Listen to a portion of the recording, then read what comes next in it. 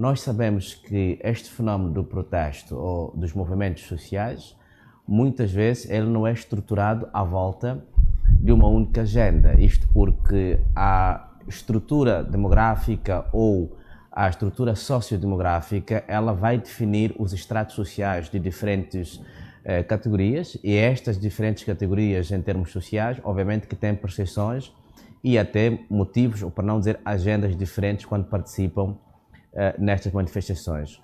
Hipoteticamente, nós podemos dizer que nós encontramos três grandes categorias. Nós encontramos as classes populares, mais desafortunadas, aquelas que de facto estão numa situação de precariedade social, e temos também nessa mesma situação aquelas classes que, por causa da precariedade social, sofrem com maior incidência aquilo que são os impactos da crise económica e financeira porque passa Moçambique. Há uma segunda categoria, que é um segundo extrato. Esta é da classe média e com tendência média-alta, que é uma classe que, devido aos impactos perversos por causa da Covid, mas também da crise económica e financeira de Moçambique, portanto, sofreu impactos na sua capacidade de compra. Mas não é necessariamente por causa da precariedade social, é por causa da redução da sua capacidade de compra, que tem muitas implicações até na qualidade de vida, portanto, que esses grupos dão aos seus filhos. Mas também temos um grupo que não está necessariamente nem na situação de precariedade social, nem está pressionado no que concerne à capacidade de redução da sua capacidade de compra, mas tem que ver com convicções que diríamos, digamos, pós-materiais, ou seja, são aqueles grupos de população que querem defender, por exemplo, princípios como mais liberdade, como, por exemplo, melhoramento da eficácia do Estado, melhoramento dos atos administrativos, entre outros conjuntos de aspectos que fazem parte daquilo que, digamos, se foi discutindo ao longo da campanha pelo candidato da Frelimo, que falava da reforma institucional e do Estado. Olhando para os três aspectos, obviamente que poderia ser fácil ler, portanto, este movimento, mas tenho a impressão que por detrás, nós na academia temos sempre o rigor de dizer que tudo é hipotético até que nós possamos dar a confirmação através de trabalhos mais aturados. Mas o que fica evidente, pelo menos preliminarmente dessas reivindicações, é que há uma motivação cujo objetivo fundamental é melhorar, de facto, a situação social, política e económica do país. Como bem disse o presidente Chissano, quando da sua intervenção pública, é necessário aceitarmos que o país tem um conjunto de problemas e estes precisam de ser afirmados como tal. Não é necessariamente um movimento contra o Estado, não é um movimento que consiste a retirar a legitimidade do Estado, mas, sobretudo, exige que o Estado possa ser mais interventivo nas questões que são fundamentais para os moçambicanos. A primeira grande ilação, nós podemos dizer que há um processo fundamental em Moçambique de tomada de consciência de uma parte dos estratos moçambicanos de que é necessário que o Estado seja um pouco mais ativo na vida desses grupos populacionais mais desafortunados. A segunda grande ilação, que me parece fundamental, é que nós precisamos de continuar a fortificar as reformas que têm sido feitas desde os anos 90, cujo objetivo fundamental é, sobretudo, não só fazer com que o Moçambique progrida no plano económico e social, mas também e sobretudo que haja um progresso em termos políticos, quer dizer que as pessoas sintam que estão cada vez mais envolvidas nos processos políticos nacionais. A terceira grande ilação, que me parece fundamental, quando o Presidente da República convida os diferentes atores, sobretudo os 4 candidatos às presidenciais, a participarem de um encontro com o Presidente da República, penso que aqui é uma clara demonstração de que nós temos uma grande tradição em Moçambique de negociação em situações de crise. Recorde-se que Moçambique esteve em guerra, digamos, quase 16 anos, do ponto de vista de marco, portanto, histórico, mas do ponto de vista ideológico, podemos dizer que a guerra foram quase 17 anos, mas essa é uma discussão académica que nós podemos fazer. Mas o que fica evidente aqui é que nós aprendemos a negociar desde os anos 83 com aquilo que era o MNR, o Movimento de Resistência Nacional, que tornou-se mais tarde a RENAMO, que nós aprendemos a negociar. 3 grandes acordos em Moçambique houve. Obviamente que nestas circunstâncias já há uma experiência nacional de que em situações de conflito nós precisamos nos reaproximar. Penso que foi um gesto profundamente importante da parte do Presidente da República, que ao mesmo tempo que responde àquilo que são as dinâmicas societais, nós podemos entender que há aqui talvez uma reivindicação da parte do Presidente da República de que é necessário que todo e qualquer moçambicano sinta-se parte integrante dos processos da gestão dos assuntos coletivos. Não esqueçamos que um dos mecanismos fundamentais que pode estabilizar o país é, sobretudo, aprofundar os mecanismos de diálogo. Isto pode ser diálogos institucionais, e diálogos não institucionais. Recorde-se que o último acordo entre o presidente Oussouf Mamad e o presidente, digamos, da República, o Oussouf Mamad, presidente da Renamo, e o presidente da República, Filipe Jacinto Nyusi, não foi necessariamente, digamos, dentro de um padrão formal ou formalíssimo, mas foram mecanismos extra-institucionais que foram mobilizados, cujo objetivo era a manutenção da paz. Moçambique, numa situação em que se encontra, não se pode permitir continuar com uma situação de crise. Penso que é uma consciência que está profundamente, digamos, aprofundada dentro do governo de Moçambique, mas também, sobretudo, na figura do chefe de Estado. Podemos dizer que, de forma geral, estes protestos, estas manifestações e esta invocação para um diálogo nacional com os 4 candidatos é uma clara demonstração de que todos os moçambicanos são chamados a participar de forma ativa e estruturante para a produção de uma sociedade que pelo menos se distancie daquilo que são atos que podem colocar em causa o nosso progresso, o nosso desenvolvimento. Obviamente respondendo às questões de fundo que estão na base ou na paleta das reivindicações dos vários cidadãos moçambicanos. E deixa-me terminar dizendo uma coisa, que fez, ainda na sequência da sua pergunta. Quando nós estudamos os movimentos sociais no continente africano, há colegas que trabalharam imensamente sobre isso. Tenho um colega, portanto, que trabalha sobre esse assunto no caso do Burkina Faso e no caso também do Tchad. Ele demonstrou, portanto, a sua tese de doutoramento, que é o Kelma, que é o meu colega Kelma, que é tchadiano, fez uma tese de doutoramento, portanto, em França, onde mostrou que grande parte das mobilizações sociais que são feitas nos países africanos, elas não são necessariamente motivadas por motivações, passa a repetição, políticas. Há sempre uma questão societal de fundo que depois é utilizada, instrumentalizada para a participação nesse tipo de protesto. Se nós olharmos muito bem, grande parte dos que manifestaram, dos que protestaram, ou protestam ou manifestam, muitas vezes não estão necessariamente na onda daquilo que é a dimensão política, estão na onda dos problemas sociais que lhes são associados. Logo, a questão das eleições, ela é utilizada como um arcabouço, um esteio, mas no fundo é um pretexto, talvez para discutir outros aspectos do fundo, o que mostra que, de facto, o Estado moçambicano, na sequência das suas responsabilidades, é preciso que olhe com um pouco mais de atenção, sobretudo nos setores que são os mais desafortunados, ou que pelo menos se encontra na situação de precariedade social agudizada, para não dizer que nos processos de desqualificação social que muitas vezes criam tensões muito grandes entre o Estado e a sociedade.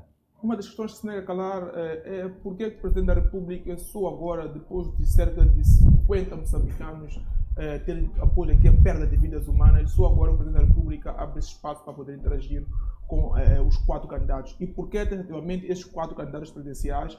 E é sabido que existem outros partidos que concorreram para as eleições, alguns foram as legislativas, entretanto, também sentem-se lesadas com os resultados divulgados. Por que o Presidente da República só convocou esses 4 e por que só agora? Tem razões, tem razões ao colocar esta pergunta, mas deixe-me dizer que vale mais uma solução tardia do que nunca tomar uma decisão para resolver uma questão de crise. Eu quero entender que o objetivo para o diálogo, portanto, nacional, foi sempre parte integrante da nossa cultura. Agora, o que pode não ter ficado muito vincado da parte do Presidente da República é a definição de datas que pudessem, portanto, surgir como eminentes para discutir, portanto, esse tipo de assuntos. Agora, é preciso chamar a atenção. Todo e qualquer processo político não é um processo simplificado, porque é um processo que implica múltiplos aspectos no meio dessa situação. Havia 2 problemas preliminares. O primeiro é que o Presidente da República, nas suas funções, sabe que é o garante da Constituição e, por consequência, da vitalidade e continuidade das instituições. O Presidente da República entendia, muito provavelmente, que era preciso esperar que os órgãos competentes se pronunciassem acerca deste assunto e, na sequência desse pronunciamento, e tendo em conta, portanto, a crise por que passava Moçambique, pudesse se pronunciar ou, pelo menos, convocar, portanto, um diálogo com os principais atores políticos moçambicanos. Esta é a primeira hipótese provável. A segunda, nós sabíamos que no início destes protestos ou destas manifestações, também havia radicalizações de diferentes grupos que participavam ou que participaram no processo eleitoral, que estavam claros que a única solução que se invocava, portanto, no contexto, seja de mensagens escritas, seja de áudios, seja das famosas lives, era que a única solução era que se reconhecesse aquilo que se chamava de verdade das urnas, não é? A verdade eleitoral.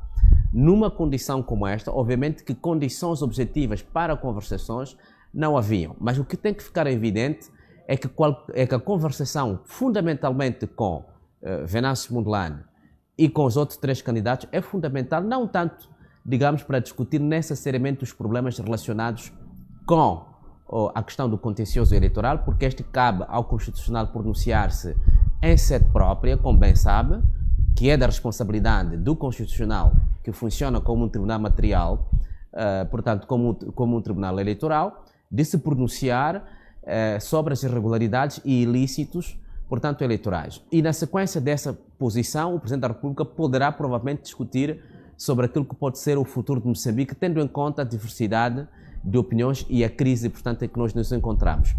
Esses 2 prolongamentos aqui colocados podem, de facto, mostrar que há uma necessidade profundamente grande, não necessariamente de convocarmos, portanto, o diálogo em momentos de crise, que nós temos que estar permanentemente a dialogar, tendo em conta a complexidade de que nós nos encontramos em Moçambique.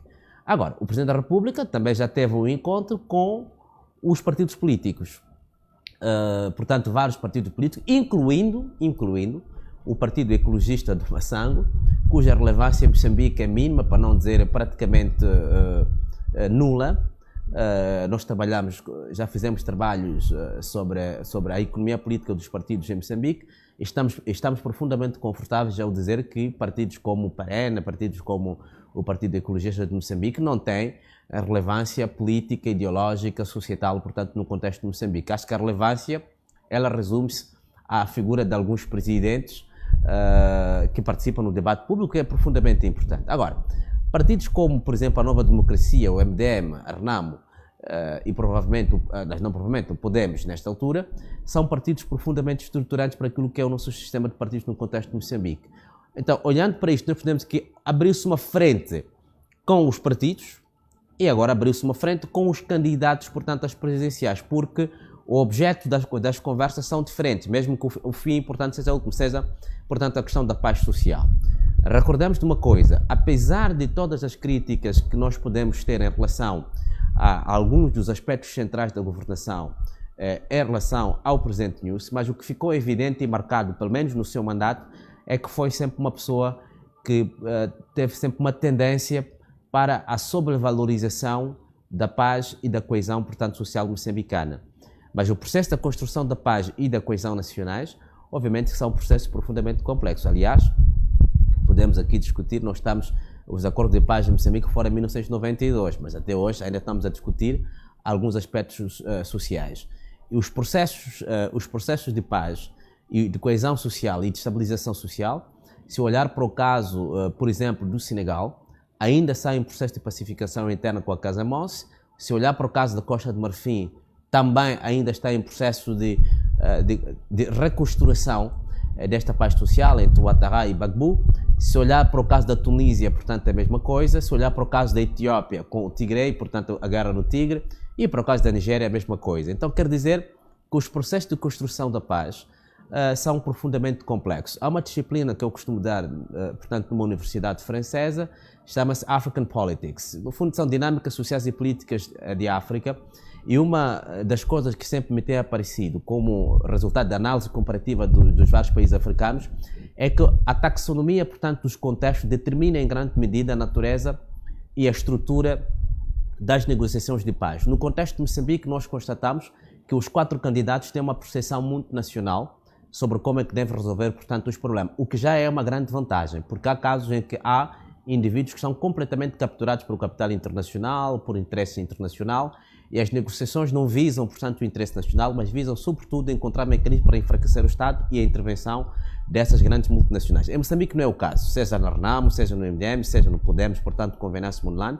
São nacionalistas moçambicanos, são patriotas nacionais, e isto mostra que, de facto, há possibilidade de conversações que possam justificar esta aproximação. Por um lado, um dos candidatos que é convidado pelo Presidente da República para poder interagir, move-se aqui um processo contra ele, porque não dizer todos os processos, e num dos processos temos o seu, podemos assim dizer, meu amigo ou mesmo irmão político, Vital Sinhame, está detido. Soa bem este convite do Presidente da República ao Venâncio Mondlane, enquanto, por outro lado, estás aqui a mover processos contra o mesmo cidadão? Esta é uma questão pertinente. De facto, a Procuradoria-Geral da República instruiu, portanto, um processo, quer dizer, vários processos, alguns deles talvez já têm em curso, contra o candidato Venâncio Mondlane. Mas que se diga, muitos dos processos que foram instaurados pela Procuradoria-Geral da República, tecnicamente falando, têm poucas possibilidades de culminar. Há muitos aspectos que exigiriam, portanto, um outro programa.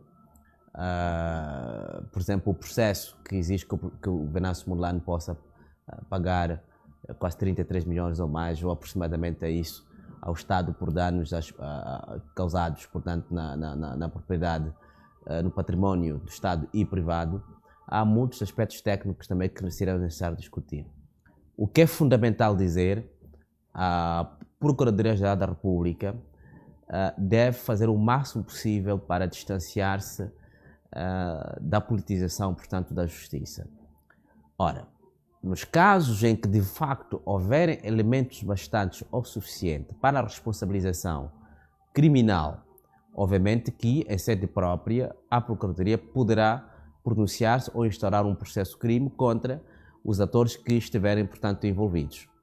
Mas deixa-me recordar uma coisa. Nós em Moçambique não é a primeira vez, portanto, que se faz conversações com um líder que está sob acusações de cometimento de crimes. Tivemos o caso, por exemplo, do Jacama, que houve a necessidade de haver uma lei nacional da amnistia, cujo objetivo era permitir que o Jacama viesse a Maputo para vir assinar, portanto, os acordos. Quer dizer, é sempre possível encontrar mecanismos políticos ou legislativos para poder acomodar esse tipo de situações. Mas o Presidente da República não é um indivíduo incauto, portanto não é idiota. É um Presidente que tem assessores, tem capacidades ele próprio de pensar e de refletir. Se tomou esta decisão, é muito provável que alguns aspectos estejam suficientemente acautelados. Mas também, quando ocorre um processo, não significa necessariamente que a pessoa seja presa. Porque, em bom rigor, como sabe, só na situação de mandato e captura é que o indivíduo está numa situação de risco iminente de ser encarcerado ou que possa ser colocado no cilindro. Para este caso específico, também não sei muito bem se o Venâncio poderá vir para Moçambique, da parte incerta em que ele se encontra. O que é ostensivo é que esta manhã provavelmente o ofício vai dar entrada, portanto, ao Gabinete do Presidente da República, e daí nós saberemos quais são as condições que ele terá lá colocado. Talvez uma das condições poderá ser, de facto, o abandono de todas as acusações de que ele, de facto, é objeto. Mas, para mim, de forma objetiva e clara, é profundamente necessário evitarmos entrar em processos de ordem política que não corresponda aos interesses vitais dos moçambicanos. Ok, uma situação que estamos a ser aqui a avaliar, dizia, temos aqui evitar entrar em aspectos de ordem política, é isso, né? Nós temos que evitar, porque o interesse fundamental dos moçambicanos, das moçambicanas, dos diferentes corpos sociais e, em particular, do Presidente da República e do Governo de Moçambique, é que os moçambicanos encontrem a tranquilidade e a paz social. Porque, como bem sabem, estes protestos ou manifestações que têm motivações sociais legítimas, o que o Governo já reconheceu, que é necessário mudarmos. O Presidente da República esteve em Harare há pouco tempo, portanto, no âmbito da cimeira, portanto, da SADC, reconheceu que há problemas sociais, desemprego, pobreza, desemprego juvenil. Estes problemas de facto existem e são problemas gravíssimos que devem ser solucionados com a maior urgência possível. O que quer dizer que uma parte do fundo destas manifestações é explicada por questões sociais.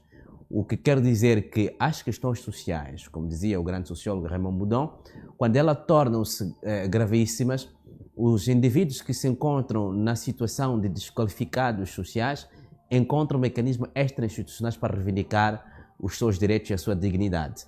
Então aqui nós podemos dizer que é necessário encontrar mecanismos institucionais e mecanismos políticos, mecanismos governativos que possam solucionar os problemas que podem ter justificado ou incitado as pessoas a aderirem em massa a estes protestos. Ok. Se analisarmos aqui as primeiras eleições de 1994, temos aqui as eleições de 2024. 94, depois das eleições, vimos aqui esta situação da Renamo a afirmar que houve roubo de votos. E a história repete-se, temos aqui os partidos da oposição, inclusive a própria Renamo, diz que houve roubo de votos. Só que desta vez temos o povo na rua, temos alguns cidadãos a manifestarem, temos até crianças a aderirem a estas manifestações. A pergunta que eu coloco, qual é a possível solução para que as pessoas não possam aderir a essas manifestações? Será que as pessoas estão aqui a ser manipuladas pelos políticos? Há razões específicas que levam esses cidadãos a aderirem a essas manifestações que não estejam ligadas à política como tal, não estejam ligadas a esses resultados divulgados? É uma questão também muito interessante. A resposta a esta pergunta, certamente nós poderemos ter, talvez daqui a um ano, depois de fazermos estudos mais aprofundados sobre esse caso. Mas isto, nós podemos responder, temos já alguns trabalhos de pesquisa feitos acerca destes assuntos. Uma das questões que é preciso mudar, portanto, em Moçambique. Primeiro, só para clarificar, há um conceito que é o conceito de agente, que é um conceito formulado pelo sociólogo britânico Anton Giddens e que na sociologia francesa nós chamaríamos de ator. Significa sempre uma racionalidade em qualquer que seja um indivíduo que participa em qualquer que seja o ato social ou político, mesmo que esta capacidade de racionalidade não seja suficientemente apurada ou não seja extensivamente apurada, mas ela é acompanhada de alguma motivação, pelo menos justificável na dimensão masémica. Quer dizer que grande parte dos indivíduos que estão a participar nestas manifestações, muitos deles têm uma consciência de que a sua condição social de vida deve ser melhorada, que o governo tem que fazer mais esforços, que é necessário encontrar mecanismos institucionais ou políticos para resolver os problemas de desemprego, sobretudo nas classes populares e na classe juvenil. Agora, que há instrumentalização política, a responsabilidade primeira de um político é usar de problemas societais e transformá-los em problemas políticos, exatamente porque o objetivo de qualquer político é atingir o poder. Essa é uma racionalidade que está no substrato de qualquer que seja o partido político. A finalidade do partido político, a gente costuma dizer isto em sociologia política, é a conquista do poder. E em ciência política nós dizemos que qualquer que seja o partido político cujo objetivo não é a aquisição do poder, então por inerência dessas circunstâncias não pode ser definido como partido político. Então, para tu atingires o poder, é necessário ter a fineza e a capacidade de instrumentalizar os problemas societais e fazer deles, portanto, um porta-estandarte para poder atingir o poder. Dito isto, em termos de esclarecimentos, nós podemos afirmar que pode ter havido e há alguma instrumentalização política destes assuntos sociais, há uma utilização destes protestos para atingir fins políticos, isto é evidente, mas é preciso não negligenciar, portanto, o fundo. Agora, numa circunstância como esta, o Estado moçambicano, e sobretudo felicito em parte as forças de defesa, as Forças Armadas de Moçambique, a sua intervenção foi profundamente interessante, porque ela teve a capacidade não só de, digamos, de ter uma participação positiva diante das populações, não tendo criado situações mais gravosas, como vimos, por exemplo, nas crises eleitorais, por exemplo, não no Burkina Faso, falo no Mali, no Níger, e no caso, portanto, da Costa do Marfim, no conflito entre Ouattara e Gbagbo, e menos ainda no caso do Senegal, que houve momentos também de grande tensão, que morreram, portanto, pessoas, quando o PASTEF organizou, portanto, as manifestações. Para dizer que o caso de Moçambique, houve, portanto, aspectos que foram profundamente negativos, mas é preciso também dizer que houve algum esforço, mesmo que não tenha sido suficiente. Agora, é preciso entendermos que uma das grandes reformas que tem que ser introduzida em Moçambique nós temos que rediscutir profundamente a reforma do sistema eleitoral moçambicano. É preciso discutir isto. É preciso discutirmos tecnicamente o papel ou a duplicação de instituições de gestão eleitoral entre o STAI e a CNE. Temos que ver, de facto, como é que nós podemos simplificar isto, porque há uma sobreposição de papéis e muitas vezes os limites da atuação de cada um deles são profundamente, digamos, finos, às vezes não muito bem claros, para não dizer que às vezes contraditórios ou que criam alguma confusão.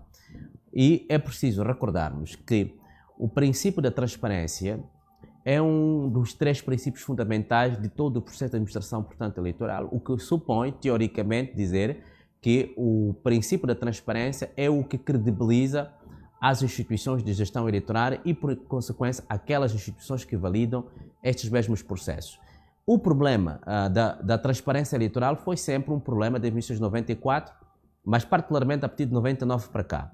Agora, houve melhorias nos processos de reformas dos processos eleitorais, houve melhorias muito grandes, não há dúvida disto, mas ficam, por exemplo, alguns aspectos ligados, se nós queremos profissionalizar a Comissão Nacional de Eleições para torná-la muito mais técnica e mais rigorosa, menos política e menos partidária, como é o caso agora, mas, por exemplo, quem foi que exigiu este modelo é a própria Renamo, é preciso dizer isso.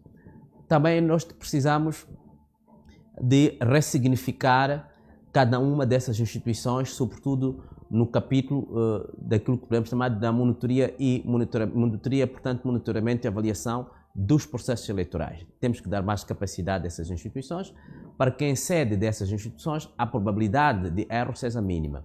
E também nós podemos introduzir, como bem sabe, a questão da tecnologia, que é um dos aspectos centrais hoje em discussão, para podermos reduzir aquilo que são alguns dos erros, algumas das irregularidades, alguns dos ilícitos que têm sido cometidos ou são repetitivos em todos os processos eleitorais. Mas é preciso dizer, em qualquer que seja o processo eleitoral, não há santos. Agora, é preciso avaliar a extensão da intervenção das irregularidades cometidas por cada um dos atores envolvidos no processo eleitoral. O que é evidente é que os moçambicanos o que querem saber é ter um processo eleitoral profundamente transparente.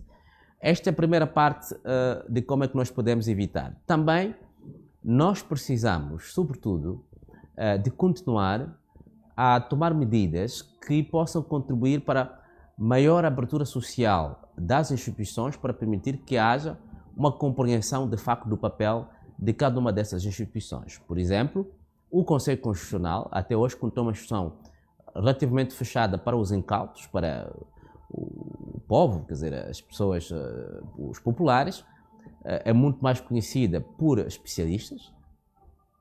Portanto, nós que trabalhamos sobre estes assuntos conhecemos a instituição, mas não é suficiente, nós não somos a sociedade, é necessário que a sociedade tenha uma compreensão, mesmo que seja simplificada, daquilo que é o Constitucional e como é que o seu trabalho funciona. E daí, nós sabemos que o trabalho do Constitucional é muito mais complexo do que aquilo que, por exemplo, há como compreensão dentro da sociedade. Mas isto tem que ser explicado para que nós tenhamos um entendimento de que as críticas que a sociedade faz, digamos, que o Constitucional é politizado, é partidarizado, é manipulado, ou que das suas decisões há muito pouca, não funciona, portanto, como uma instância jurisdicional dos processos eleitorais, mas funciona como uma instância política, mas que na verdade é a CNE que funciona como uma instância política.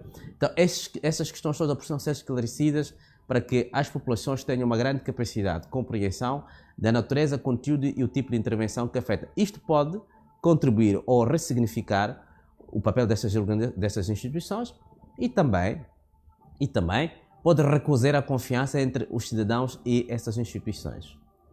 Existem vozes que defendem aqui a anulação dessas eleições. No seu ponto de vista, há espaço aqui, como é que Moçambique poderia lidar com esta anulação das eleições? Há espaço para anular eleições e, em termos financeiros, da economia, não estaríamos preparados para lidar com novas eleições? Bem, respondendo rapidamente, economicamente seria muito complicado, porque, como bem sabem, inclusive o STAI e a CNE estão em dívidas com vários fornecedores de material que perfez, portanto, estas eleições e as eleições de 2023. Em relação à pergunta sobre a questão da anulação, deixe-me dizer que só o Constitucional poderá se pronunciar em sede própria, tendo analisado todo o contencioso eleitoral. Porque, em bom rigor, com que condições objetivas, com que elementos suficientes, poderia eu, portanto, dizer que é necessário anular as eleições se nem conheço a extensão das irregularidades e dos ilícitos, portanto, eleitorais cometidos. Isto é o primeiro ponto fundamental. E nós, como professores universitários e como académicos, temos que ter sempre a cautela de não nos pronunciarmos por mera emoção. É preciso olhar tecnicamente a coisa e assumirmos que, da decisão do Constitucional, obviamente nós poderemos ver se da decisão do Constitucional ela é suficientemente fundamentada ou é uma decisão que pode merecer alguma dúvida, mesmo que das decisões constitucionais sejam recorríveis, para se analisar se de facto politicamente é possível encontrar uma solução. Existem, portanto, algumas soluções para os problemas políticos. Nem sempre é necessário judicializar excessivamente. Há uma expressão que se usa em francês, chama-se la judicialisation de la politique e la politisation de la justice. Quer dizer, a judicialização da justiça, da política, ela pode tornar-se muito perigosa, porque nem sempre essa judicialização excessiva pode trazer soluções. Mas às vezes discutir politicamente um problema que é ao mesmo tempo político e técnico, como é o caso das eleições, pode trazer ou pode ser mais útil. E eu penso que é nesta via que o Presidente da República está a tentar levantar, portanto, este diálogo com os diferentes atores políticos, mas sobre a questão da anulação ou não, caberá ao Constitucional pronunciar-se em sede própria como jurisdição do contencioso eleitoral. Mesmo última questão, vimos aqui o Comandante-Geral a falar sobre o Tribunal Internacional. A questão que coloco... Vimos aqui, desculpa. O Tribunal Internacional. Sim. A questão que eu coloco mesmo tem a ver com essas matanças que vimos. Que lições podemos tirar, o que podemos dizer sobre o número de pessoas que perderam a vida e pouco vimos a polícia ou o seu superior, querendo dizer o próprio comandante-geral ou ministro, a colocar uma palmatória dada a própria atuação da polícia. Qual é a visão do ilustre Conrado em torno da atuação da polícia, as pessoas que foram perdendo a vida e não vimos nenhuma ação até então pública, seja da PGR ou de um outro órgão de justiça?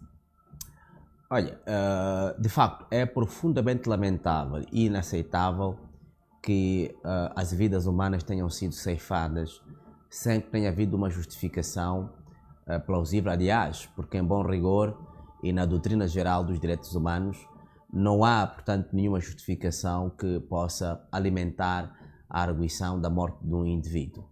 E no contexto das manifestações ou dos protestos, pior ainda, a polícia não tem a obrigação, menos ainda tem o condão de, digamos, cometer esse tipo de atos ou de atrocidades que são profundamente condenáveis. É preciso, às vezes, dizermos que o Estado moçambicano, quero acreditar que veio o próprio comandante-geral da polícia e diferentes atores políticos que condenaram a questão da morte dos vários cidadãos. O que se está a perguntar é se houve responsabilizações internas. E há espaço para haver essas responsabilizações? Sim, há espaço para haver responsabilizações, sim. Há espaço para haver responsabilizações, sim, no sentido é que todo o agente da polícia que tiver feito o uso desproporcional ou não justificado de balas que culminaram com a morte de um determinado indivíduo, esse indivíduo pode ser responsabilizado administrativa e criminalmente. E caberá fazer a perícia necessária para verificar as condições em que tal ato aconteceu e daí, portanto, avaliar-se qual é o tipo de responsabilização possível ou passível. Como bem sabe, o polícia ele pode ser responsabilizado administrativamente, mas também pode ser responsabilizado criminalmente. E nessas condições penso que é necessário, de facto, que se faça uma investigação aprofundada para ver em que condições aqueles moçambicanos, aqueles patriotas que morreram, isto aconteceu. O Presidente da República veio a público condenar, portanto, a morte de qualquer moçambicano e, de facto, deu condolências às famílias moçambicanas. Mas disto temos que tirar duas lições. A primeira grande lição, nós precisamos de compreender como moçambicanos que nós precisamos de aprender que a cultura democrática é um processo que leva o seu tempo. Aplica-se aqui a teoria da aprendizagem e a democracia aplica-se esse princípio de que a democracia é a aquisição permanente de competências e podemos dizer que a polícia moçambicana precisa ainda de ser formada em matérias de direitos humanos, em matérias de direitos cívicos e ainda ser apetrechada para conhecer, portanto, os diferentes comandos e dispositivos legais que regulam a sua própria atuação e os limites dessa mesma atuação. E a segunda grande lição, nós devemos aprender, igualmente como Estado moçambicano, a responsabilizar aqueles que vão para além das competências ou dos limites daquilo que vem prescrito nos seus estatutos orgânicos ou nas leis que conformam ou estruturam, portanto, os diferentes corpos das Forças de Defesa e Segurança de Moçambique. É óbvio que é preciso também aceitarmos que nestas manifestações houve excessos de alguns indivíduos que certamente estavam infiltrados, que não tinham o interesse de manifestar, tinham o interesse de prejudicar, portanto, as manifestações e até cometer um conjunto de roubos, saques, dando uma imagem muito negativa de Moçambique no exterior e até incitar, portanto, a polícia a agir para dar mais legitimidade à violência que alguns desses indivíduos infiltrados queriam, portanto, digamos, dar a entender ou pelo menos aparecer. Portanto, em resumo, nós podemos dizer que é profundamente importante que o Estado moçambicano continue, portanto, a fazer esforços devidos para aprofundar o Estado de Direito em Moçambique, mas também aprofundar os mecanismos de responsabilização de todos aqueles que cometem atos que são contrários aos limites que a própria lei impõe ou que o próprio Estado impõe. Eu gostaria de acrescentar de considerações finais, algo que não foi questionado, de considerações finais. Olha, eu queria apenas apelar aos moçambicanos para que não radicalizemos excessivamente as nossas posições. É necessário a ponderação, é necessário a calma para podermos avaliar com a profundidade necessária os fenómenos que estão em curso, que alguns deles são muito novos para nós como moçambicanos.